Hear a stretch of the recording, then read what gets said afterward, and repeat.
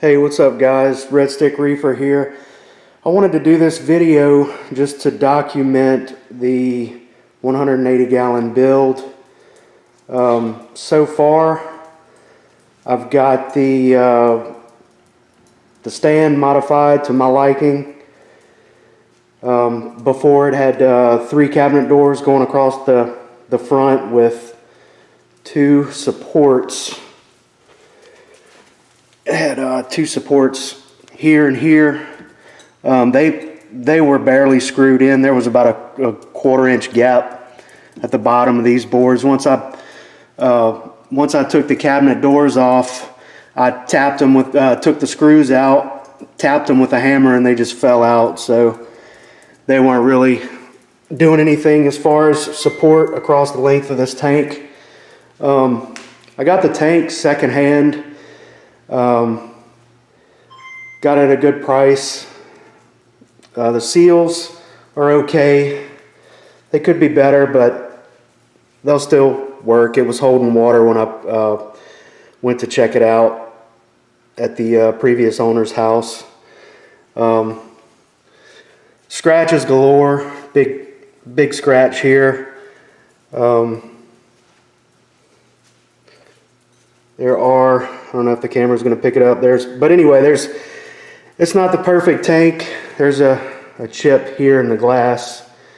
But I got it at a good price, and it's to me it's not really about the tank, it's about what I'm going to be putting in it. So this will be an SPS dominated reef.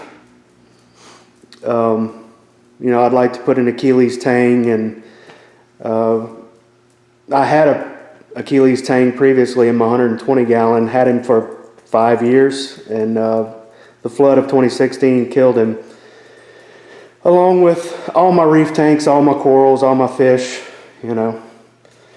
But anyway, back to the stand. The stand was also about 3.5 inches shorter. I built a platform to raise the stand. I think it's sitting about 38 inches high now. I just built a platform and used Simpson strong ties to tie the 2 together, and then just trimmed it out, put a little piece of crown, did some corner trim there and some base trim around it, just something simple. I added this piece of plywood on top to give it a ledge.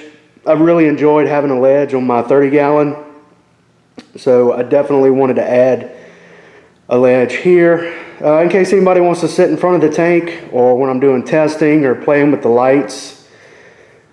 Speaking of lights, I'm not sure what I'm going to do for lighting yet. I have 2 radions over my 30 gallon tank. I guess I could buy 2 AI primes to put over the 30 gallon, and then put the 2 radions over this tank, and then I would just have to buy a 3rd radion.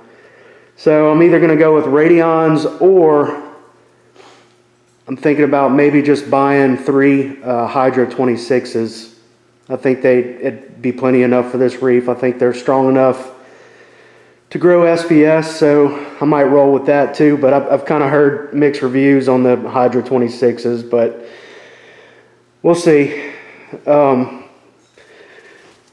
In terms of equipment, this is that's a Reef Octopus 150 from my 120 gallon tank. It's underrated for this system, but the pump actually still works on it. I thought the flood killed that pump. It killed everything else, but amazingly this pump still works. I don't know how well it works, but when I plugged it in, it turned on. Everything got a vinegar bath. This was my 40 watt Emperor Aquatics UV sterilizer that I had on the 120. Gave it a good cleaning, vinegar bath. I need a new power supply and bulb for it. So that's kind of what I got going right now. Got the algae free, I think it is. Yeah, algae free piranha. Hammerhead float. anyway, I'll use that to clean the glass.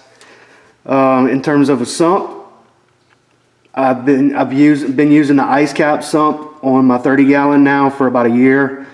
Love it, works fine.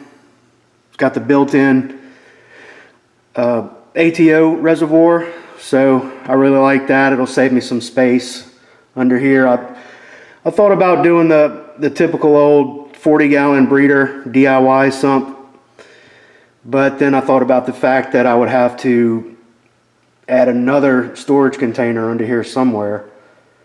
Or, you know, I guess I could section off a portion of the 40 breeder for the ATO reservoir, just like they do in the ice cap sumps. But anyway, I think I'm gonna buy the ice cap 36 sump. They look nice, they work well. So I think I'm gonna go with that. And of course, when I do the plumbing, I'll do my manifold. Drain lines are gonna come in through here and go into the sump, and then I'll have the return up and then split off to 2 returns on each side. The overflow box came with the tank. It is the eShop's Eclipse L, and the previous owner had these 2 sections tied in together, so I cut that. I only had to waste 1 bulkhead. Cut that, took the 90 off. Had this bulkhead from my 90-gallon Reef. Added the coupling here and just capped off the T. So I'm going with the bean animal style overflow. So I'll cut those pipes when I get the sump and do the plumbing. But they're gonna go over down there, and then, like I said, I'll have 2 returns, one on this side and one on the other.